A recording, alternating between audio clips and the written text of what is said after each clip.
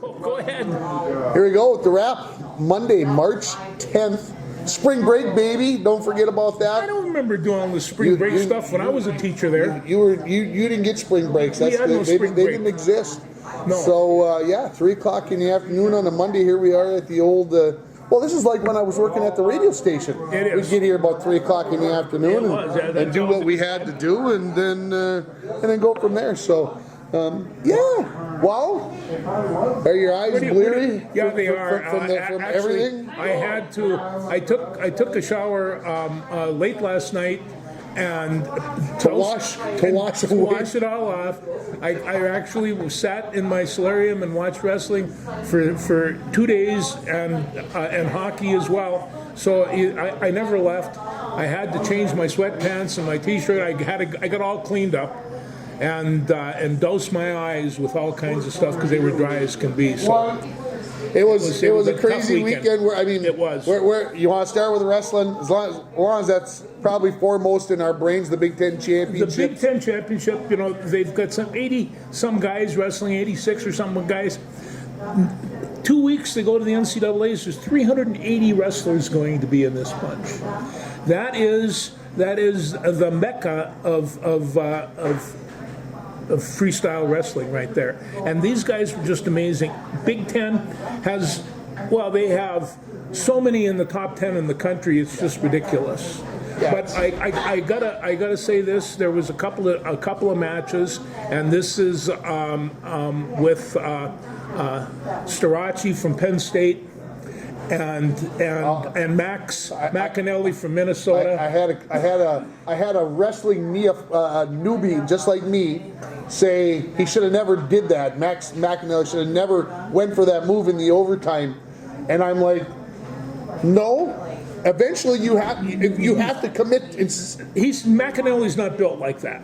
He goes after you. He goes after you. He goes after you. He's got a 3-time national champion on the ropes. 5-5 in overtime. 5-5 in overtime, and he's working him, and it goes into overtime. Now all of a sudden, what Starachi brought in was a ton of experience, and he's. Did he bait him? I'm not good enough to know. Did he bait him in there? He might have. He put that foot out. The first time he put that foot out, Max grabbed it and almost ripped it off. You know, so he hits ankle picks, far side ankle picks, near side ankle picks. He likes getting that low. And for a guy that's built, I mean, he's really strong. He gets down in a 3-point stance, and I'm telling you, that back is just as straight as any lineman that you've coached. You know, and he'll just come at you. He is just a dog out there, and I knew that he was going to give Starachi a good go, but it kind of ended the way I had anticipated it might, because the competition at that level is so fine that Okay, so yes. Is it going to be a rematch in 2 weeks at the NCAA? It very well could be. I mean, it very well could be. I mean, obviously, there's lots of wrestling between here and the championship match, but I think Max would like one more opportunity. He was devastated after he lost. Yeah, matter of fact, I was a little disappointed that he didn't get up and shake hands right away. He's lost, not this year, ever. He was for 4 years state champion, undefeated state champion. Think about that. And then didn't lose his red shirt year. He didn't lose his red shirt year. He won 10 matches, and this year he was 18, 19-0 or whatever, 20-0 when going into this thing. So if he lost a match, it was probably in junior high somewhere, and I doubt he lost any there. So he is just not prepared to take this type of thing, and you learn from it, Tim. He will learn. That's why. Yeah. Okay, so it goes to sudden victory, was what they call overtime in wrestling. Not sudden death, sudden victory. Sudden victory. What did he learn? I guess maybe what did he learn by taking on the 3-time champ? Well, one of the things is that neither one of them are afraid of scrambles, where they get into this mess, and none of that is ever in the wrestling know how to do book. It just happens, and you feel it, and you go with it. And some people are really, really good at scrambling, and both of these wrestlers were. So I don't think that there was any fear. He thought if they got into a scramble and they started mixing this whole thing up, he could come out on top. He was wrong. and it's just Starachi got a far ankle and picked it up and tilted him over, and that was the takedown, and it was that quick. But I have to say this about Big Max.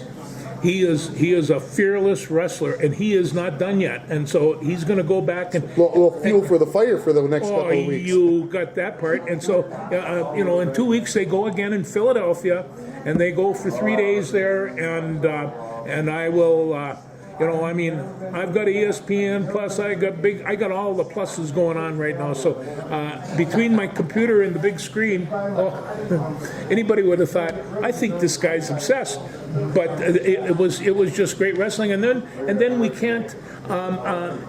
We had a couple of other Gopher wrestlers that came out real well, but the guy, of course, that did it is Gable Steveson, and he took on last year's defending state champion, Greg Kirkvlet, and Kirkvlet is from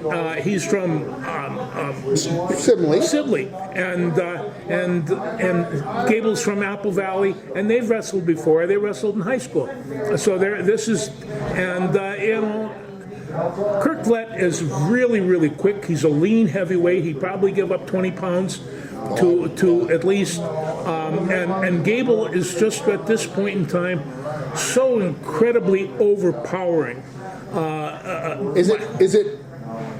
It's man versus man, but it's more of a man, I think, in this case with where Gable's at. I think so too, and I'm not so sure that taking the year off and doing this other competition and exploring other venues for his athleticism wasn't real good for him, because he come back. I mean, he's twice as strong as when he left the Big Ten championship the last time.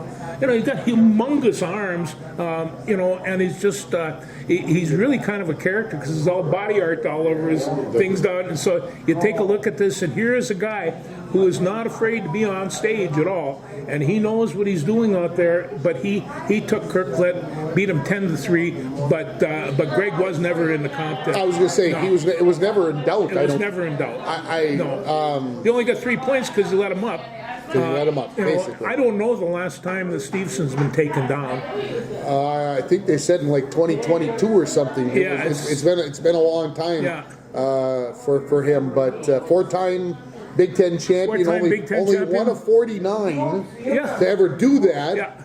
Including Vern Gagne back in. Vern Gagne was the first one. It was kind of amazing because he started 44, and then the Warriors came along, and I think Gagne must have been gone because he came back in 47, 48, and 49, and won at that all those years. So yeah, they always talk about Minnesota heavyweights, and they set the standard, and with Stevenson, I mean, Parker Fox played 6 years for the Gophers. He may not be done. Who knows? They'll find some other loophole for him to. There are some good young heavyweights coming up, and it's time for Gable to get on to whatever he's going to do. I think he's going to prepare for the Olympics again, and he's going to continue that. I understand that he is training to try to make another return to the Buffalo Bills, and so he is such a good athlete. Somewhere along the line, I wouldn't be surprised if he swung now. Awesome. Anyway, Gopher wrestling. Well, they were fourth. They were behind Penn State, Nebraska, Iowa was third, and then Minnesota. So, how much of a surprise was it that Nebraska was 2 and not Iowa? I think it was very much a surprise. But all of Nebraska wrestlers really wrestled well. The other team that really wrestled well was Illinois. They have They have twins there that they are just real serious lip repairs, and they enjoy their sport. Wrestling's really amazing. For one thing, you get done with a football game or a basketball game, it's hard to shake hands. You might want to smack somebody. Wrestling, they shake hands before, they shake hands during, they shake hands afterwards. They shake hands more times than a politician. But when they're done and they lose, there is no complaints. They walk off, shook their hand, the match is over. I saw people in quest of 4-time state championships that have lost. And what do? The good ones, they shake hands, walk off the mat. And, and they had Matt Demeray was a kid from Apple Valley, and he did that, and he lost his senior year, and he went on to Wisconsin and became a national champion. So, you just don't know it, but a lot of these wrestlers have some serious class, serious focus, incredible toughness, and, they will... Tell me about Vance at 141. A disappointment to get pinned, but Vomir, is it Vomir? Vomir, yeah. I was listening and driving at top speed. So well, he did, and it was one of those things where he got in real deep, and he just got dumped. He raised up to get a leg or something, and what the heck? I got that written down here, but the other guy just made the right move, made the right counter. Move. Yes, hit it at the right time, and it was over. It was over. Yeah, it was. So the Gophers had. Well, he's digging. We had 3 in the finals, 1 champ, 2 runner-ups, and not a bad weekend for the Gophers. No, it really wasn't. In 4th place. No, so they took 4th behind all those other teams, but no, Minnesota wrestling's alive and well. Penn State, of course, cruised to their 27,000th straight Big Ten championship. That's what it feels like. It's just crazy. They're so like, good. If we talk about Max McAnally not ever losing, Cale Sanderson, the coach of Penn State, he never lost either. He had a perfect record, and that just doesn't happen at that level, not very often. But what are you going to say? The match at 184 pounds was fantastic, and the heavyweight match, well, for a Minnesota fan, it was very enjoyable. And I don't want to take away from Kirkfeld either, because I think he's got another year to come. And so, I think it's going to be one of those things that when it comes back around to next year, he's the man again. Kirkfeld, somebody else got to beat him. Is the man. They were both undefeated. Like I said, 10 good matches. It was fun to, like I said, listen to mostly. I didn't get, like I said, wasn't watching because I was driving, but I did get it, keep an ear and what was happening. So it was exciting. Wish I'd have gotten to watch more. Got to watch Saturday morning. Eli and I didn't go hockeying Saturday morning. He wanted to go swimming, so I had to swim for a couple hours. But I got to watch a couple hours of wrestling, and that was good for the soul. Well, what I'm going to tell you. I want to bring up one guy. His name is Landon Ribideau from St. Michael, Albertville. He's a 4-time state champion. He has won 188 consecutive matches. This year he was 44-0. So, but the 44-0 for his 24-25 record. 188 consecutive matches. What do you say, opposing, hey, coach, what should I do? And it's tough to do, and it's like, when I took a look at Gable Stevenson in his low stance, and Kirkfeld looking at him like, where do I go? Where do I go? What angle do I cover without getting hurt the least? And it's, and some of these guys, they just have that. And okay, so this kid from St. Michael, where is he going to college? I think he's going to, is Mankato? I don't know. No, he might be going to the U. He might be going to the U. We need all those guys we can get at the U to try to compete with the big dogs. Well, they do, and they got them lined up out there at Penn State.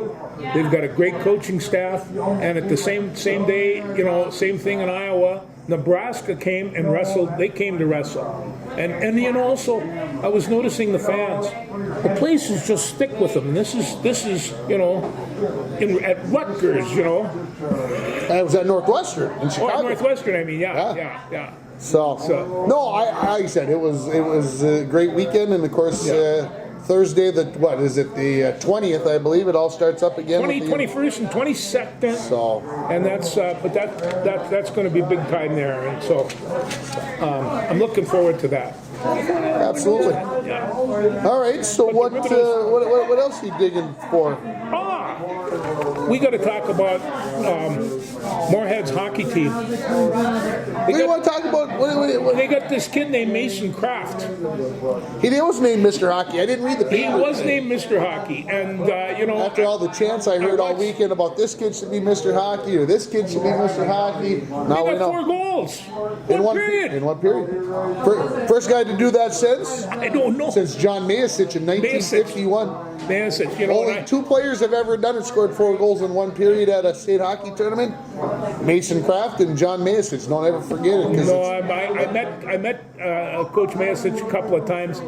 He was not only a fantastic hockey player, a character beyond belief. And it's just like, you know, it's He's from Evelyn. He's from Evelyn. What are you going to do? You know, so you know, it's anyway. Mason Kraft and Leo Gabriel. Gabriel is. He won the Frank Brimsek Award. That's for the senior goalie of the year. So he was from White Bear Lake. But not only did Moorhead have a great team, you know, I tell you, the Cullen family originated in International Falls. The Twins wind up down at Moorhead. What do you say about the contribution that those two guys made to Moorhead hockey, or you know, and still making it? And when every time they shot the camera over on the bench, they didn't get the Moorhead coach, but they got the Moorhead's assistant coach. They did, you know. And so it's just over. The Moorhead assistant coach, by the way, is Matt Cullen, a Hall of Fame hockey player, and they interviewed him after the game. And I'll tell you what, in the same way that his dad and his uncle, and I'm sure that his son and his nephew are, he's a class act. And these people, they know about hockey and they know about life and they take care of each other. But I knew the Cullen twins real well. They were 2 years behind me in school, and we used to go out to the Cullen farm and ride their horses. Poor horses, but we had a good time, and they're fantastic gentlemen. So Cullens, congratulations, and you know, Matt, if he's not up for assistant coach of the century, I don't know what would be. But that was an awe-inspired team, and they had a great game. They just about blew it, though. Well, they were up 3-0 before they even dropped the puck, you know. 2.5 minutes in. 2.5 minutes in, and then you thought, oh, this is, and then they got a couple goals, and then they scored 2 more, so it was 5-2 or something ridiculous, and then things got a little sticky. Stillwater got into it, and they started skating hard. Stillwater had some grade A opportunities that the Moorhead goaltender stopped in that game. 20,491 in attendance, biggest crowd ever for a boys state hockey tournament game, and I wouldn't have guessed that. There must have been the standing room in the lower levels must have been thick, deep. Eli and I had a great seat. Nobody left till after the hockey game was over. Actually, that I can attest that some people walked out when they made it 7-4. The couple sitting right in front of me, they said, the guy turned to his wife and said, "It's over," and they walked out the door with about 6 minutes left, 5 minutes left, and I'm like, okay. And I was pondering leaving, you know, in front of the crowd. It had been a long week of watching sports, but we hung around, and I'm glad we did. And Eli, he'll never forget. He'll never forget the games. He'll never forget it. He had a chance to meet a very good man named Dylan, and I think the last name is Pass, P-A-S-S. Eli's got his cell phone number. Him and Eli sat next to each other the second night we were there, and every time in between every period, if they weren't sitting by each other, he stopped to talk to Eli. So if you're out there, you ever see this, you're the man, because Eli found a new buddy, and it made a very special hockey tournament even more special for Eli.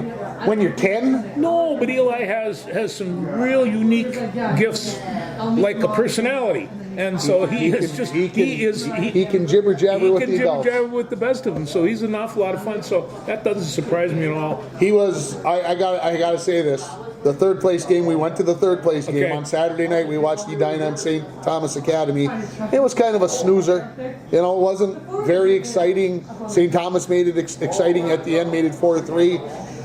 But I seriously thought between the third place game and the championship game, we may have to go home, back to the hotel, because he was ready for bed, and I'm like, this is not going to. It didn't start till what, 8:30 or?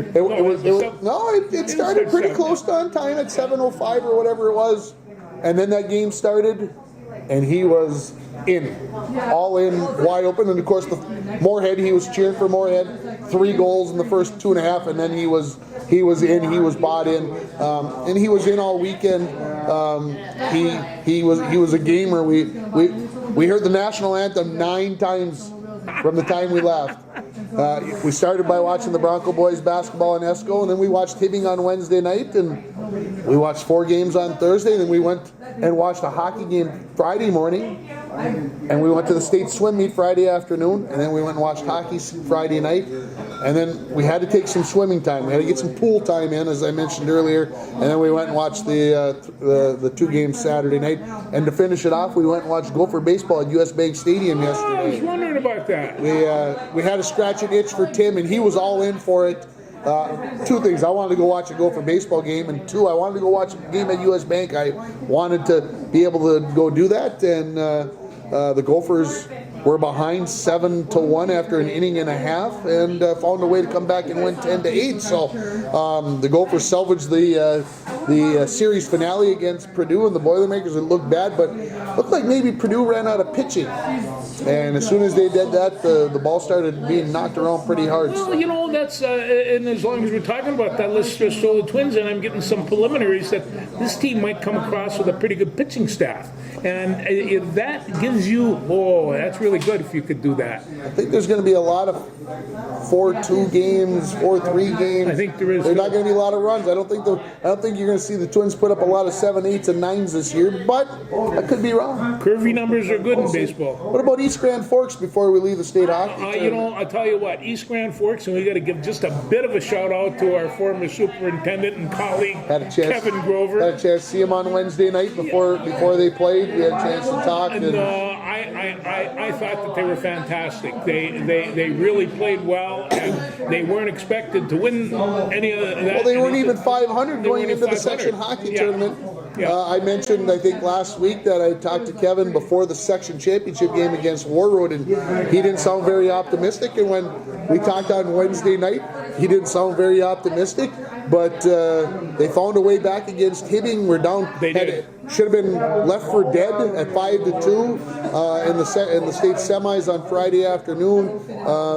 Hibbing is going to have to go to their grave thinking about that one. Yeah, they will. But they got a good young team, and they'll come back. But I'll tell you what, East Grand Forks is not an old bunch of people either. So they got a good team, and they're going to be fine. I think they got a solid coaching staff. And last time they won a state championship was 10 years ago, but they've been hanging in there, sticking around. I know they've had some success with their Bantams and teams the last few years. When I was out there watching girls hockey, got a chance to look at the trophy case, and they've had success. So, don't sleep on East Grand Forks in the future. But congratulations to them. Of course, beating St. Cloud Cathedral. Anytime a private school loses in the class, you got to be happy. The thing of it is, I watched St. Cloud Cathedral in the opening round, and I thought, wow, this is the team to beat.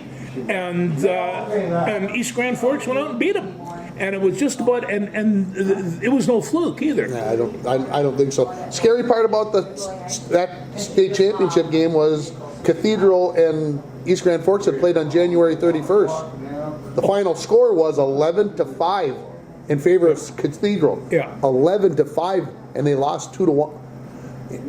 Cathedral has some scoring machines. They have that Hirschfeld, who is, he didn't score a lot. He didn't. No, he didn't have a great tournament scoring wise. How do you score 11 goals against the team and only 1 the next time you play it? That's only 5 weeks difference? A Friday to a Saturday, 5 weeks in a day. I'm still puzzled by that. What did the Green Wave find? What did they do? I don't know. And then, of course, Hibbing lost in the third place game as well. They lost to Orono. That probably will fuel the fire a little bit more for next year. No. I'm not sure Hibbing was. I mean, they weren't supposed to come either. So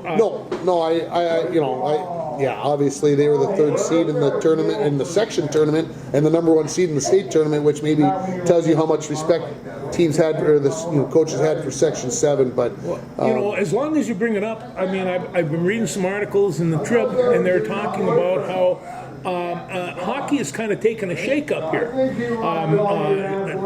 St. Paul Johnson and St. Paul Highland Park are going to combine their hockey programs. You start getting a city like St. Paul with all those kids in there, combine those programs. Both of which have had success. Johnson, a lot of success. And so, you know, I mean, it's amazing that this is going to happen, but the sport is very expensive. They don't have a lot of kids. They also have to bring in, well, I mean, and they had a couple of hockey coaches that were talking about diversity in populations. You know, they're going around and start putting skates on black kids. While, you know, there's a lot of kids out there that are pretty good athletes. They just don't have the time. Now, hockey's different. You can't play the game without being able to skate. You know, that helps. It helps, and It's tough to start late. You've got to start when you're about 2. You know, when did Eli first put on blades? You know, Probably 4 years old. We probably waited till he was 4. it waited till he's 4. Waited till he was 4. Well, yeah, I think otherwise it gets a little too crazy in my mind. Yeah. That's my opinion. But yeah, it was. Let's talk swimming while we're talking state tournaments. Yes, they had some success there. The Bronco swimmers traveled down to the cities. They had 2 relays and a individual swimmer. First time they've had 2 relays, I think, since 1998. I was shocked by that. I was looking at a misprint when I first saw the results. So congratulations. Brendan Scholler, of course, swam in 3 events, the 2 relays, and he was in the individual. Well, I believe his dad was one of my wrestlers. Okay. Yeah. Got 16th in the 100 backstroke. 20 swimmers swam, so he beat a handful of them, which was very good. 16th in the state, that's not bad. That's not too shabby. Yeah. And then the 2 relays ended up the medley.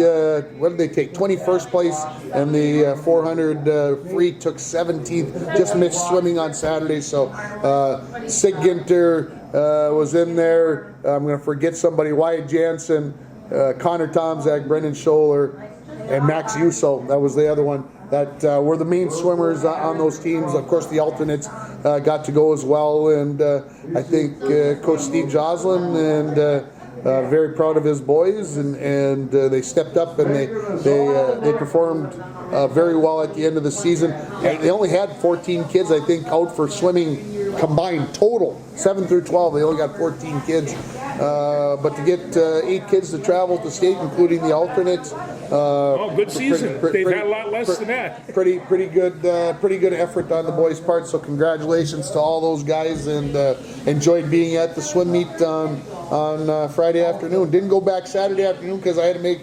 We had hockey. It's tough. You got to make choices. It is, you know, and then Saturdays are important, and I'll tell you why. You know, everybody works Thursdays, everybody works Fridays. Saturday is when you want to work, and I only did it once in all my wrestling, but it was a big night, and it's you know, it's important to these kids. It's important to the coaches, and I noticed some of the wrestling coaches down at the Big Ten, they get real excited, very excitable. And they throw around a red brick. They didn't hit anybody, but they were throwing around a brick like you wouldn't believe. And was that more? You know, as I was watching some of those bricks being thrown, I honestly thought that sometimes it was just to make sure that their guy got a rest because their guy needed a break. There was something close that was questionable that they wouldn't get called on the mat on it, literally. I had one wrestler, a good wrestler, a championship wrestler, and he had one flaw. He didn't know how to tie his shoes properly, and so his shoes would become untied 3, 4, 5 times. Finally, the referee came over and he says, if your shoes come untied one more time, I'm going to nail you for stalling. And it's just, you know. So you ran out there and tied them for him, or? No, he finally tightened them up, but I could see him wrap around. He'd wrap around, put then it would go. All right, you told me when we walked in, you put your Timberwolves shirt on because Rudy Gobert is back, and they had I think 7 guys in double figures. This is last night against the Spurs. Last night against the Spurs.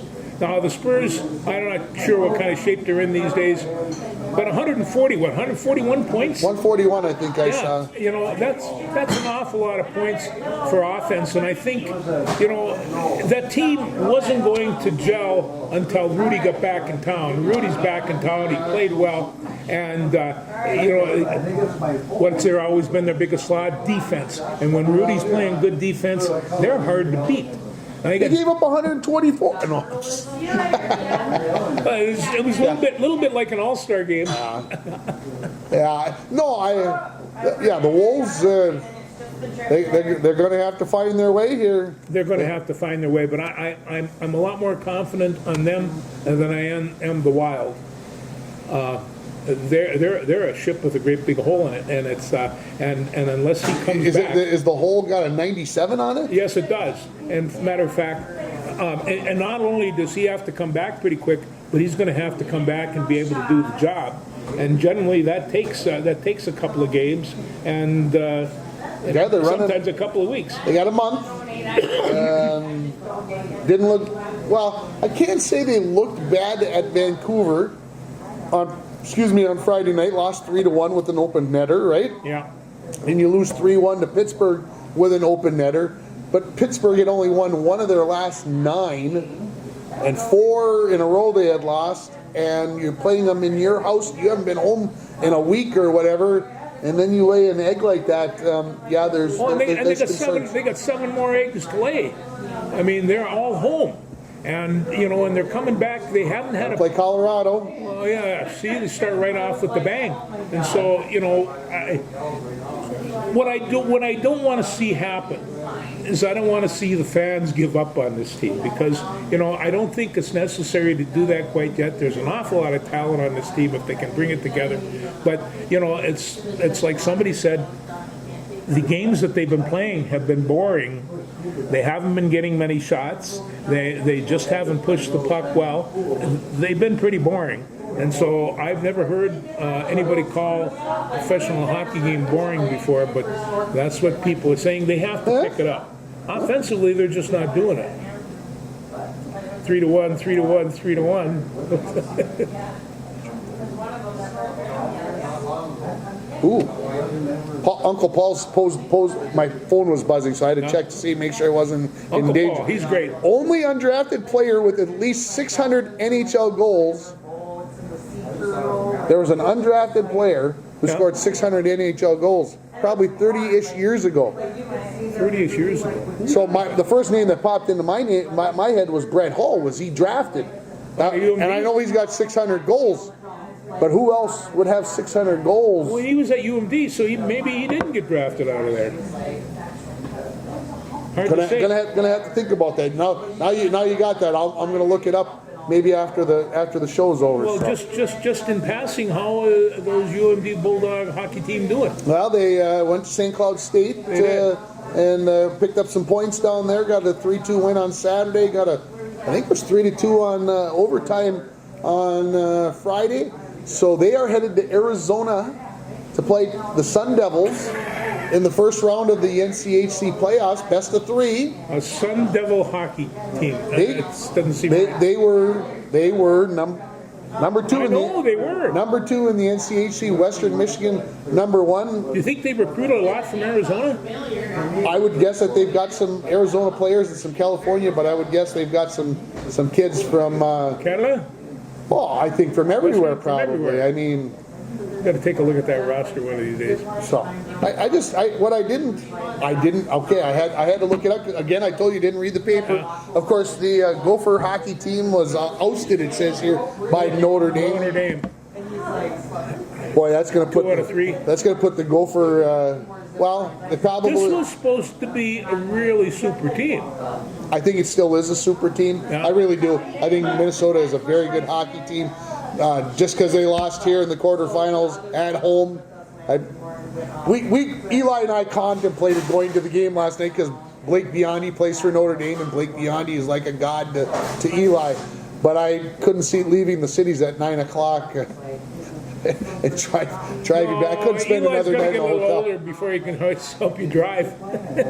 So anyway, of course that makes Tim happy that the Gophers lost. Don't take that the wrong way.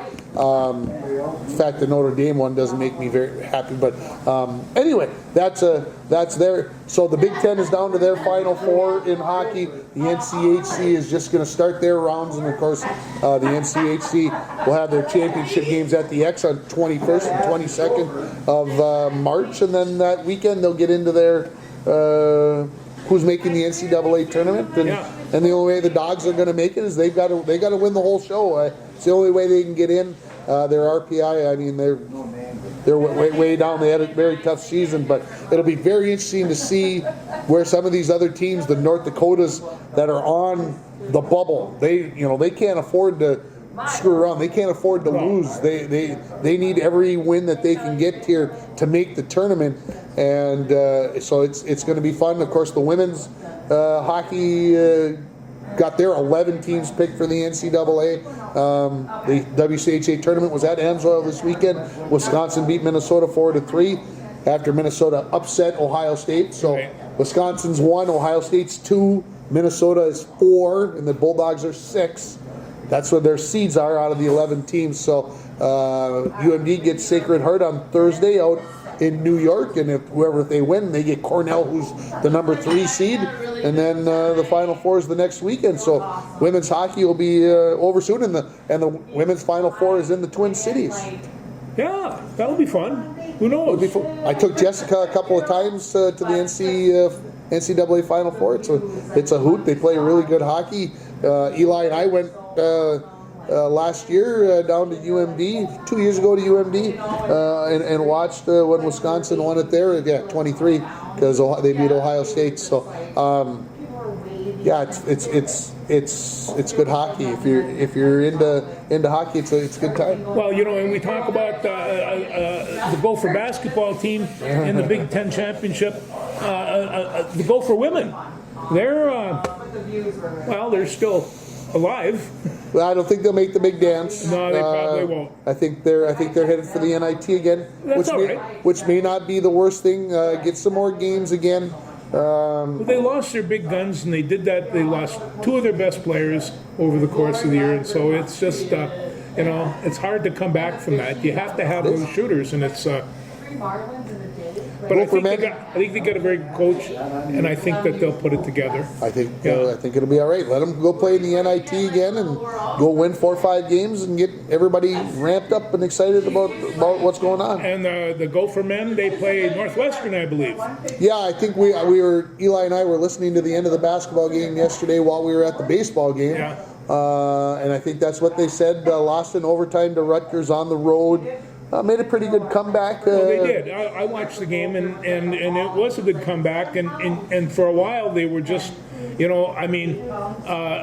Dawson Garcia got in foul trouble, and when he got in foul trouble, they had him set him down for about 2 or 3 minutes in the fourth quarter, so in the second half left. And so they had to come back. And,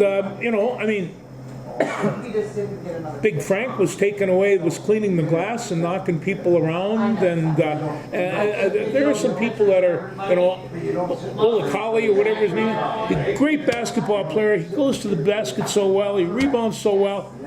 He couldn't hit a free throw Mike Grimm was lamenting that they had kind of fixed things for 8-9 games in a row, and the last 2 have been ugly at the free throw line again. They missed 9, 10, 11 free throws, and of course in an overtime game, as Mike said, like 133 in the country. Yeah, so Northwestern on Wednesday in the Big Ten tournament. 3 o'clock in the afternoon on Peacock. Yeah, I won't be watching it. Probably could be listening to it on the old phone.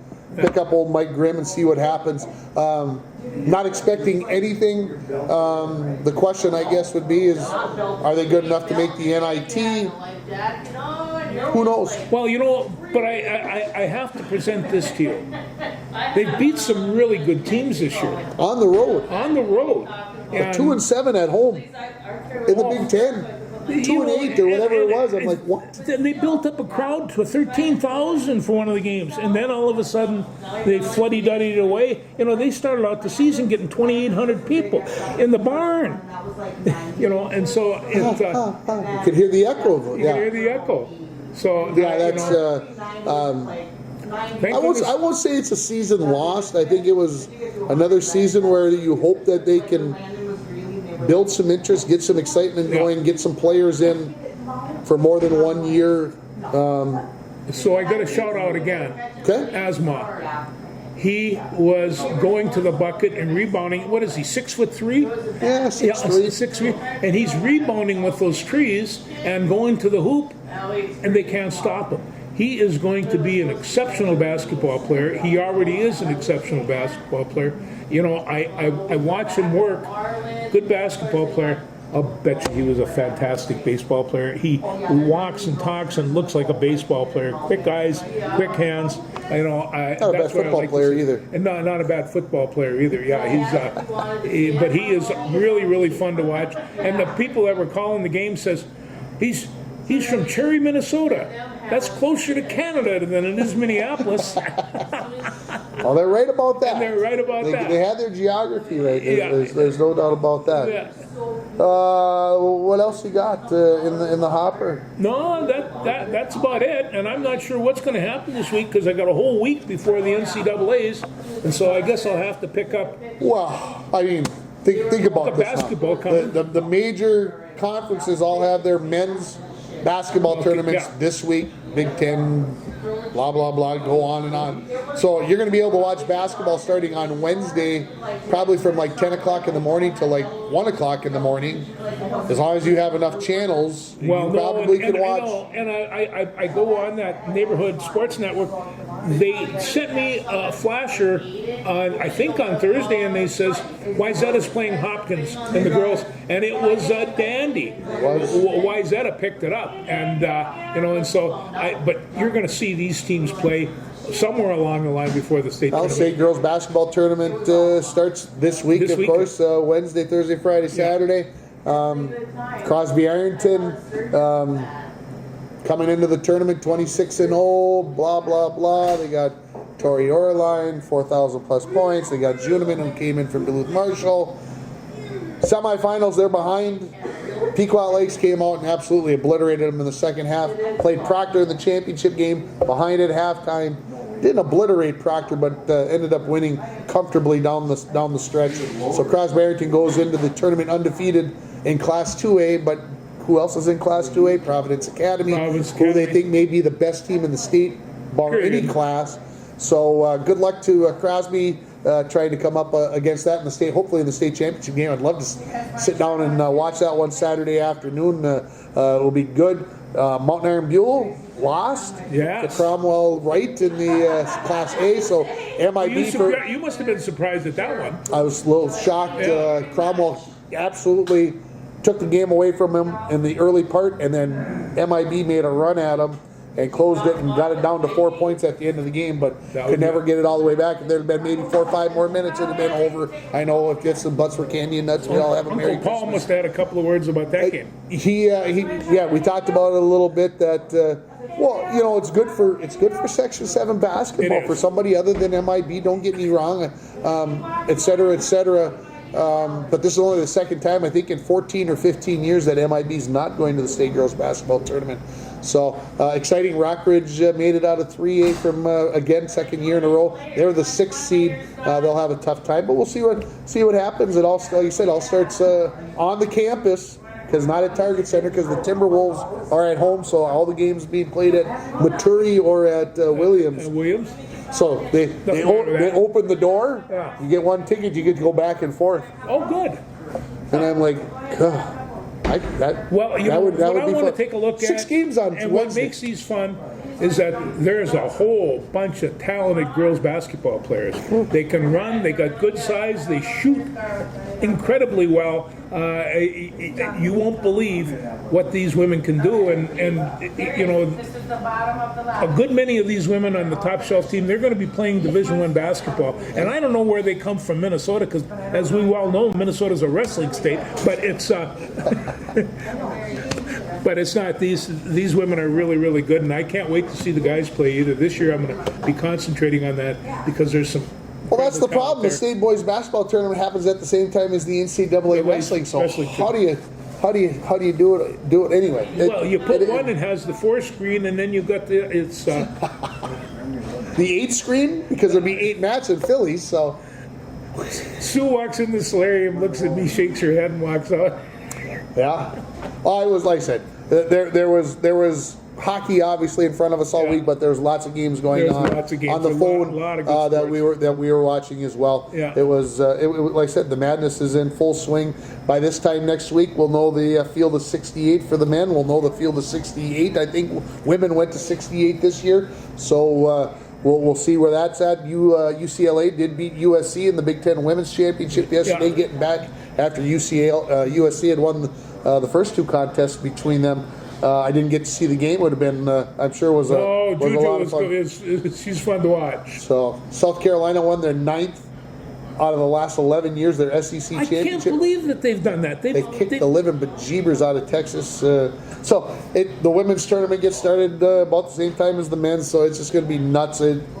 It's Well, and college baseball and women's softball's coming up too, and that's a lot of fun to watch as well. Loons improved to 2-1 over the They did. weekend. Another 1-0 win. The Minneapolis paper said, "Get used." Hey, it's going to be a low of 4 tonight. It's 50 degrees right now. It's going to be 4 degrees tonight. It's going to drop 46 degrees. Holy smokes. Only 25 tomorrow, but 55 by the weekend. Anyway, the Loons, they said, Minneapolis paper said, get used to this, folks. You're going to see 1-0 a lot this year because the Loons are going to play defense. They're going to stay back, and the 1 or 2 chances that they're going to get, they're going to. That's all you're going to see. So you better like defense. Maybe you could talk me and Mikey Bolstead to come down and watch a game. Oh, Mike! If we could get Mike Bolstead to watch a soccer match live, that would be Impossible. I don't even know what I could compare that to. Yeah, I've got some ideas, but I won't even say. Anyway. There we go. So, Okay. what else? Anything? No, you got all week just to goof around. Yeah, I was. I gotta get ready for the Bronco Athletic Hall of Fame, and I gotta get spring sports started and winter season wrapped up. I gotta get some history books made. I gotta do some physical labor this week. I love history. So we'll get the books done, the history books for Bronco Sports, and get those updated so that when people go on to the Touch Pro system, everything's up to date.